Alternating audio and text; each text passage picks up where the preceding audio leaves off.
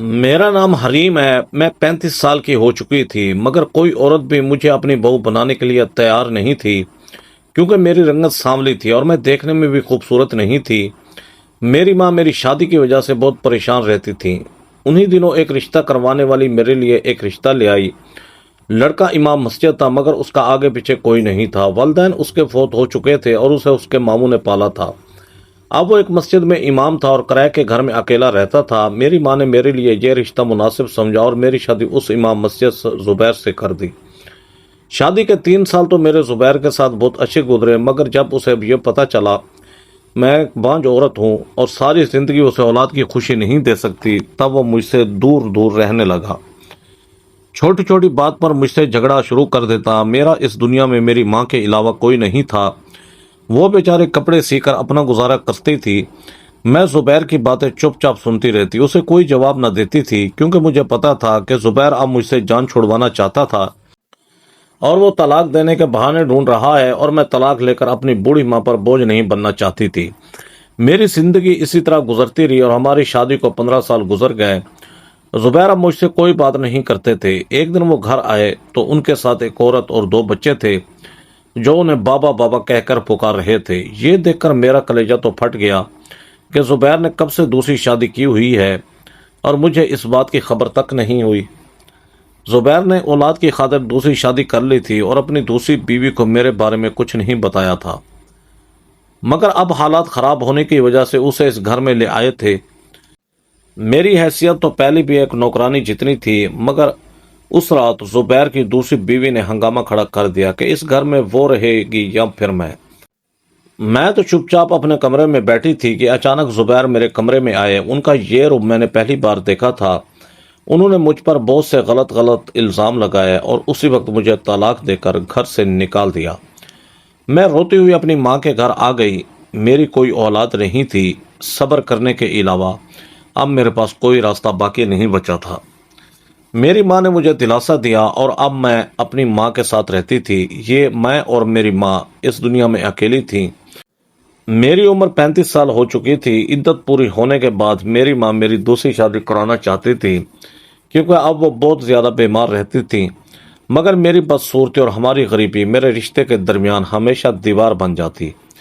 میں بھی اب اپنی بوڑھی ماں کو چھوڑ کر اپنا گھر نہیں بسانا چاہتی تھی۔ میں بانجھ تھی اور اب مجھے شادی کے نام سے ہی نفرت ہو گئی تھی، اس لیے میں نے نوکری کر لی۔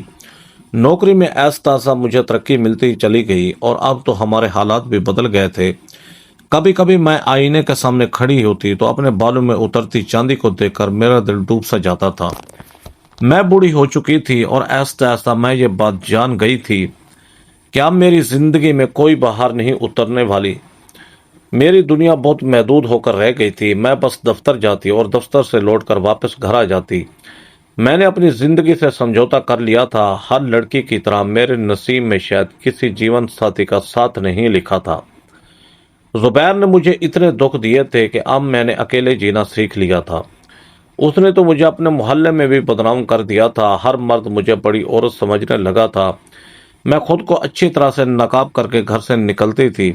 اماں پچھلے کچھ دنوں سے بہت زیادہ بیمار رہنے لگی تھی۔ کہیں نہ کہیں میری طلاق ہونے کا غم اماں سے چمٹ گیا تھا اور ان کی صحت دن بدن گرتی جا رہی تھی۔ ایک دن میں دفتر سے واپس لوٹی تو اماں بہت ہی نڈھال تھیں۔ میں فوراً ہی اماں کو رکشے میں ڈال کر ایک قریبی چھوٹے سے ہسپتال میں لے گئی۔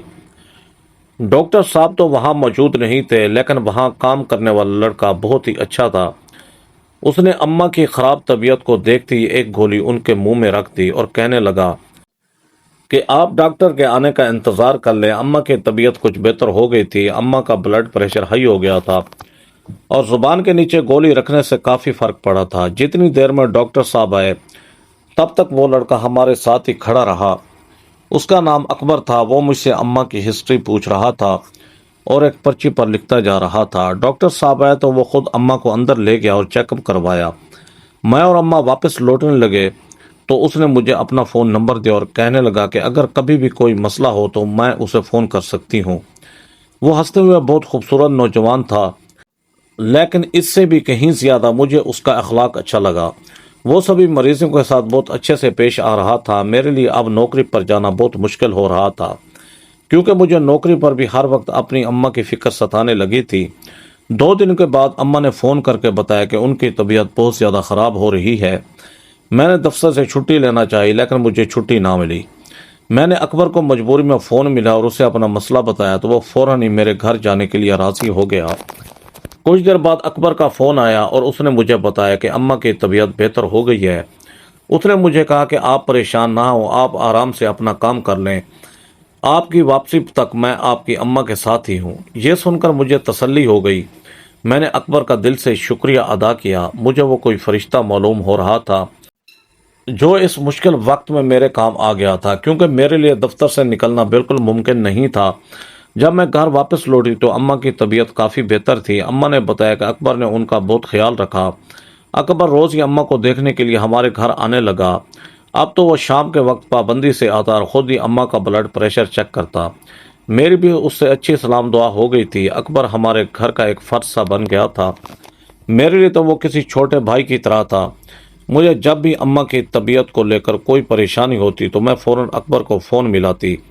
وہ پچھلے 5 سال سے اس ہسپتال میں جاب کر رہا تھا اور اسے دوائیوں کی بہت زیادہ معلومات تھی۔ ایک دن جب اکبر آیا تو اماں سو چکی تھی۔ میں ہمیشہ کی طرح چائے بنا کر ان کے پاس آ بیٹھی۔ اچانک ہی اکبر نے مجھ سے ایک بات کہہ دی کہ میں حیران رہ گئی۔ میں سوچ بھی نہیں سکتی تھی کہ اکبر اس طرح کی کوئی بات بھی کر سکتا ہے۔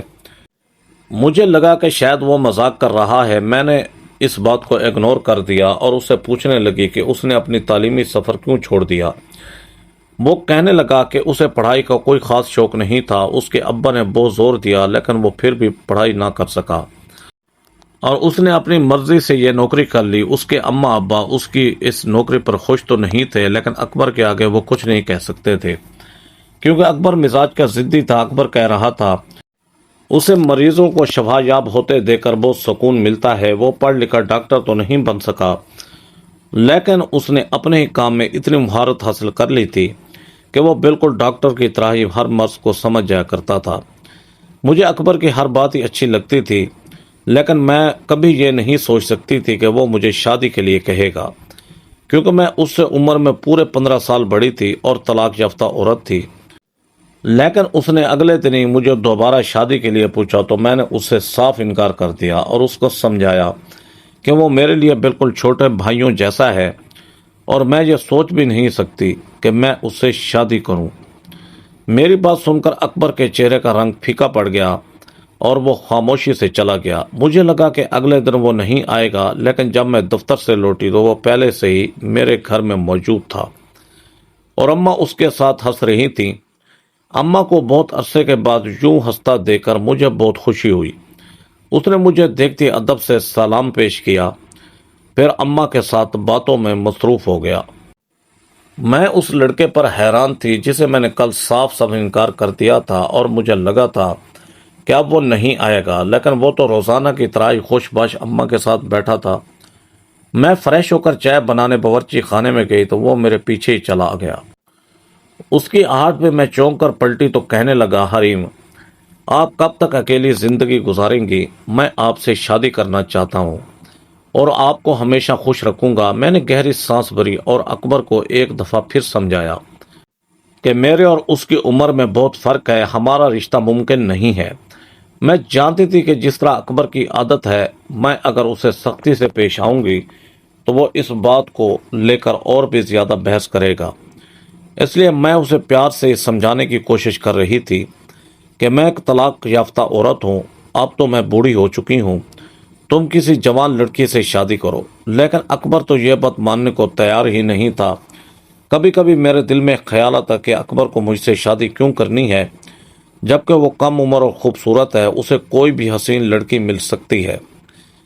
میں نے ایک دن غصے میں آ کر اسے کہا کہ پہلے تم اپنے ماں باپ سے رشتے کی بات کرو اور اس کے بعد آ کر مجھے بتانا، میں تم سے شادی کا کوئی فیصلہ کروں گی۔ مجھے پورا یقین تھا کہ اکبر کے ماں باپ نہیں مانیں گے۔ کوئی بھی ماں اپنے 20 سال کے بیٹے کی شادی ایک 35 سال کی طلاق یافتہ عورت سے نہیں کر سکتی تھی۔ اگلے روز اکبر ہمارے گھر آیا تو اس نے مجھ سے شادی کی کوئی بات نہ کی اور مجھے اطمینان ہو گیا۔ کیا وہ مجھے تنگ نہیں کرے گا؟ اکبر کو ہمارے گھر آتے ہوئے 8 مہینے کا عرصہ گزر گیا تھا اور اب پچھلے 2 ماہ میں اس نے ایک دفعہ بھی شادی کی بات نہیں کی تھی۔ میں سکون سے اپنی نوکری کر رہی تھی اور اماں کی طبیعت بھی کافی ٹھیک ہو گئی تھی۔ میری نوکری میں مزید ترقی مجھے مل گئی تھی۔ میں اماں کے لیے ایک ملازمہ رکھنا چاہتی تھی، لیکن کوئی ایسی بھروسہ مند عورت نہیں مل رہی تھی جسے میں اپنی غیر موجودگی میں اپنے گھر چھوڑتی۔ جتنا وقت اکبر ہمارے گھر گزارتا، ہمارے گھر کے در و دیوار ہنستے مسکراتے رہتے۔ اس کے جاتے ہی گھر میں ایک دفعہ پھر سناٹا چھا جاتا، کیونکہ میں گھر کے کاموں میں مصروف رہتی اور اماں اکیلی چارپائی پر پڑی رہتی۔ اب تو مجھے اور اماں کو اکبر کی اتنی عادت ہو گئی تھی کہ اگر وہ ایک دن بھی نہ آتا تو میں خود ہی اسے فون کر کے خیر خیریت پوچھ لیتی تھی۔ ایک دن اکبر ہمارے گھر آیا تو بہت ہی زیادہ خوش تھا۔ مجھے دیکھتے ہی فوراً میرے پاس چلا آیا اور کہنے لگا کہ اس کے ماں باپ رشتہ لے کر میرے گھر آنے کے لیے تیار ہیں۔ وہ مجھ سے پوچھ رہا تھا کہ آپ بتائیں میں انہیں کب بھیجوں۔ یہ سن کر میرے تو قدموں تلے سے زمین نکل گئی۔ میں نے اس سے پوچھا کہ کیا کہہ رہے ہو؟ کہنے لگا کہ حریم، آپ ہی نے تو کہا تھا جب تمہارے ماں باپ اس رشتے کے لیے مان جائیں اس وقت آپ مجھ سے شادی کر لیں گی۔ میں نے اتنا عرصہ لگا کر اپنے ماں باپ کو منا لیا ہے، اب آپ مجھے بتائیں کہ میں انہیں کب بھیجوں۔ خوشی اکبر کے چہرے سے پھوٹ رہی تھی اور میں یہ سوچ رہی تھی کہ اس نے نہ جانے کتنی مشکل سے اپنے ماں باپ کو منایا ہے۔ وہ اتنے مہینوں سے اسی لیے خاموش تھا کیونکہ وہ میری بات پر عمل کر رہا تھا اور میں یہ سمجھ رہی تھی کہ وہ اپنے ارادے سے باز آ گیا ہے۔ میں نے اماں کو سب کچھ بتا کر ان سے مشورہ کیا تو اماں کے چہرے پر بھی خوشی پھیل گئی۔ وہ کہنے لگی کہ اکبر سے اچھا تمہارے لیے کون ہو سکتا ہے، تم اس سے شادی کر لو، تمہاری زندگی سنور جائے گی اور مجھے بھی مرتے وقت یہ سکون ہوگا کہ میری بیٹی اکیلی نہیں ہے۔ اماں کہہ رہی تھی کہ شادی کے بعد تم نوکری چھوڑ دینا اور آرام سے گھر سنبھالنا۔ اماں کے مجبور کرنے پر میں نے اکبر کو کہا کہ ٹھیک ہے، وہ اپنے ماں باپ کو میرے گھر بھیج دے۔ اگلے دن اکبر کے ماں باپ رشتہ لے کر آ گئے۔ وہ لوگ شاید اس رشتے پر بالکل بھی خوش نہیں تھے اور میں یہ بات اچھی طرح سمجھ سکتی تھی کیونکہ میرا اور اکبر کا رشتہ بالکل بے جوڑ تھا۔ جس کو بھی اس رشتے کی خبر ملے گی وہ یہی کہے گا کہ ایک بڑھیا نے جوان لڑکے کو پھنسایا ہے۔ ہمارے معاشرے میں یہ بات بہت ہی عام ہے کہ ایک عمر رسیدہ عورت کی کسی کم عمر لڑکے سے شادی معیوب سمجھی جاتی ہے۔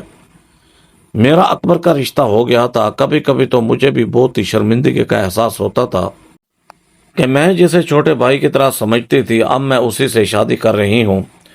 اکبر اور میری شادی بالکل سادگی سے انجام پائی کیونکہ میں بھی دھوم دھام سے شادی نہیں کرنا چاہتی تھی اور اکبر کے ماں باپ بھی اس بات کو زمانے سے چھپانے کی کوشش کر رہے تھے کہ ان کی بہو ایک 35 سال کی طلاق یافتہ عورت ہے۔ آس پڑوس والوں کو جب میری شادی کا علم ہوا تو انہوں نے بھی باتیں بنانے میں کوئی کسر نہ چھوڑی۔ پڑوس والی خالہ نے تو یہاں تک کہہ دیا کہ ماں کی بیماری کے بہانے لڑکے کو بلا کر حریم نے خوب پھنسایا ہے۔ ان کی اس بات پر میرے آنسو میرے حلق میں اتر گئے۔ رخصتی کے وقت میں اپنی ماں کے گلے لگ کر بہت روئی۔ اماں نے مجھے اپنی دعاؤں کے سائے میں رخصت کر دیا اور میں اپنے سسرال پہنچ گئی۔ سسرال میں قدم رکھتے وقت میرا دل عجیب ہی انداز میں دھڑک رہا تھا۔ میری ساس کا رویہ میرے ساتھ بہت ہی روکھا تھا۔ میں نے دل ہی دل میں سوچ لیا تھا کہ میں اپنی خدمت سے اپنی ساس سسر کا دل جیت لوں گی اور اکبر کو کبھی اس رشتے پر شرمندہ نہیں ہونے دوں گی۔ میری ساس نے مجھے اکبر کے کمرے میں بٹھا دیا تھا۔ کچھ ہی دیر گزری تھی کہ جب اکبر کمرے میں چلا آیا اور میرے دل کی دھڑکنیں تیز ہو گئیں۔ اکبر میرے پاس بیٹھ کر خاموشی سے میرے چہرے کو دیکھتا رہا۔ وہ کہہ رہا تھا کہ آج اس کی زندگی کی سب سے بڑی خواہش پوری ہو گئی ہے۔ میں نے نظر اٹھا کر اس کے چہرے کی طرف دیکھا تو اس کی آنکھوں میں میرے لیے بہت محبت تھی۔ وہ کہہ رہا تھا کہ حریم، میں نے اپنے ماں باپ کو اس رشتے کے لیے بہت ہی مشکل سے منایا ہے۔ میں ہر صورت آپ سے ہی شادی کرنا چاہتا تھا اور اس کے پیچھے محبت کے علاوہ ایک اور وجہ بھی پوشیدہ تھی۔ اور جب اکبر نے وجہ بتائی تو میرے آنسو نہ تھم سکے۔ وہ کہنے لگا کہ حریم، میری ہمیشہ سے خواہش تھی کہ میں اپنی سے بڑی عمر کی عورت سے شادی کروں۔ پھر مجھے ہسپتال میں آپ ملی اور میں آپ کے اخلاق سے متاثر ہو گیا۔ جب میرا آپ کے گھر آنا جانا شروع ہوا تو میں آپ کو آہستہ آہستہ جاننے لگا اور مجھے احساس ہوا کہ آپ ہی خوبصورت دل کی مالک ہیں۔ مجھے خود بخود ہی آپ سے محبت ہو گئی۔ میری وہ خواہش جو ہمیشہ دعا بن کر میرے لبوں پر آتی تھی، شاید وہ قبول ہو گئی تھی، جو آپ بہار بن کر میری زندگی میں چلی آئی تھی۔ جب آپ نے کہا کہ پہلے اپنے والدین کو اس رشتے کے لیے راضی کرو، تب میں کچھ پریشان ہو گیا تھا۔ میں ڈرتے ڈرتے گھر میں جب رشتے کی بات کی تو پہلے تو میرے ماں باپ بہت غصے میں آئے۔ میری نوکری اتنی اچھی نہیں تھی کہ میں شادی کر کے بیوی کا خرچہ بھی برداشت کر سکتا، اور یہی بات میرے باپ نے میرے سامنے رکھ دی کہ جب تمہاری بیوی آ جائے گی تو اس کا خرچہ کون اٹھائے گا۔ میرے باپ نے کہا کہ پہلے اس قابل بن جاؤ کہ ہم تمہاری شادی کے بارے میں سوچیں، پھر اپنی پسند بتانا۔ میں نے اپنے باپ کی اس شرط کو پورا کرنے کے لیے اپنی زندگی بھر کی پونجی سے ایک چھوٹا سا میڈیکل سٹور کھول لیا، اور 1-2 مہینوں میں ہی میرا میڈیکل سٹور چل پڑا اور میری کمائی اچھی ہو گئی۔ میں نے دوبارہ سے جب آپ کے رشتے کی بات کی تو میرے ماں باپ مان گئے۔ حریم، جب میں 6ٹھی جماعت میں تھا اس وقت میں نے اپنی ایک کتاب میں پڑھا تھا کہ ہمارے پیارے نبی حضرت محمد صلی اللہ علیہ وآلہ وسلم نے اپنی پہلی شادی اپنے سے بڑی عمر کی عورت سے کی تھی، جن کا نام حضرت خدیجہ رضی اللہ تعالی عنہا تھا۔ وہ ہمارے پیارے نبی صلی اللہ علیہ وآلہ وسلم سے عمر میں بڑی تھیں۔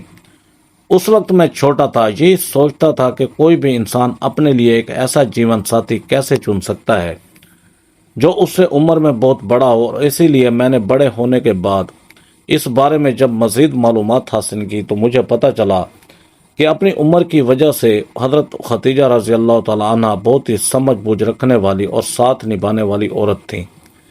جب ہمارے پیارے نبی صلی اللہ علیہ وآلہ وسلم کا ساتھ دینے کے لیے کوئی نہیں تھا، اس وقت سب سے پہلے حضرت خدیجہ رضی اللہ تعالی عنہا نے ہی ان کا ساتھ دیا تھا۔ میں جان گیا تھا کہ ہر سنت کے پیچھے کوئی نہ کوئی ایسی بات ضرور پوشیدہ ہے جو ہم انسانوں کے لیے فائدہ مند ہے۔ اسی وقت میں نے سوچ لیا تھا کہ میں ایک ایسی عورت سے شادی کروں گا جو عمر میں مجھ سے بڑی ہوگی، اور پھر میری یہ خواہش اس وقت اور شدید ہو گئی جب مجھے اس حدیث کا علم ہوا کہ فتنے کے دور میں جو کوئی ایک سنت کو زندہ کرے گا اسے شہید کے برابر اجر ملے گا، اور آج کے دور میں بڑی عمر کی عورت سے شادی کرنا بہت ہی برا سمجھا جاتا ہے، جبکہ یہ ایک سنت عمل ہے۔ اگر کبھی کوئی کم عمر لڑکا کسی بڑی عمر کی عورت سے شادی کر بھی لیتا ہے تو لوگ اسے بری نظر سے دیکھتے ہیں اور کہتے ہیں اس لیے عورت نے لڑکے کو پھنسایا ہوگا۔ ہم لوگ حباسیت مسلمان یہ بات بھول چکے ہیں کہ یہ ایک سنت ہے اور اس کی کوئی برائی نہیں۔ اکبر نے کہا کہ مجھ سے شادی کرنے کی وجہ یہی تھی کہ وہ مجھ سے محبت بھی کرتا تھا اور اپنی اس خواہش کو پورا بھی کرنا چاہتا تھا۔ اکبر کی بات سن کر میری آنکھوں سے آنسو بہنے لگے تھے۔ اس کے ساتھ رخصت ہونے سے پہلے تک میں بھی یہی سوچ رہی تھی کہ دنیا والے مجھے نہ جانے کیسے کیسے تانوں کا نشانہ بنائیں گے، لیکن اکبر نے مجھے سچ کا ایسا آئینہ دکھایا تھا کہ میری سوچ پوری طرح بدل گئی تھی۔ میں نے بھی اپنی ساری زندگی دنیا کی دھوم میں گزاری تھی اور دین پر برائے نام ہی عمل کرتی آئی تھی۔ خدا نے نہ جانے کس نیکی کے بدلے میرے نصیب میں اکبر جیسے انسان کا ساتھ لکھ دیا تھا۔ اب مجھے اکبر کے ساتھ مل کر اپنی آخرت کو سنوارنے کی کوشش کرنی تھی۔ ہم پوری دنیا کو تو نہیں بدل سکتے، لیکن ایک قدم اٹھا کر اپنی ایک چھوٹی سی کوشش ضرور کر سکتے ہیں۔ آئیے اور چھوٹی چھوٹی سنتوں کو زندہ کرنے کی کوشش کیجیے جنہیں ہم آج کے دور میں اپنی لا علمی کی وجہ سے معیوب سمجھنے لگے ہیں۔ اکبر کی مجھ جیسی بانجھ اور بے سہارا عورت سے شادی کرنے پر اللہ تعالیٰ اتنا راضی ہوا کہ اس نے ہم دونوں کو اولاد جیسی نعمت سے نواز دیا۔ یہ اللہ تعالیٰ کی طرف سے ہم دونوں کے لیے بہت بڑا انعام تھا۔ میں نے اپنی خدمت سے اپنے ساس سسر کا دل بھی جیت لیا تھا۔ میرے پہلے شوہر نے میرے ساتھ جو بھی کیا تھا میں نے اسے معاف کر دیا تھا، کیونکہ اب وہ بہت بیمار تھا، اسے بلڈ کینسر ہو گیا تھا اور وہ اپنی زندگی کے آخری دن گزار رہا تھا۔ آپ کو کیا لگتا ہے کہ میں نے اکبر سے شادی کر کے ٹھیک کیا یا غلط؟ جواب ضرور دیجیے گا۔ دوستو، کمنٹ باکس میں اپنی رائے کا ضرور اظہار کیجیے گا کہ یہ سٹوری آپ کو کیسی لگی۔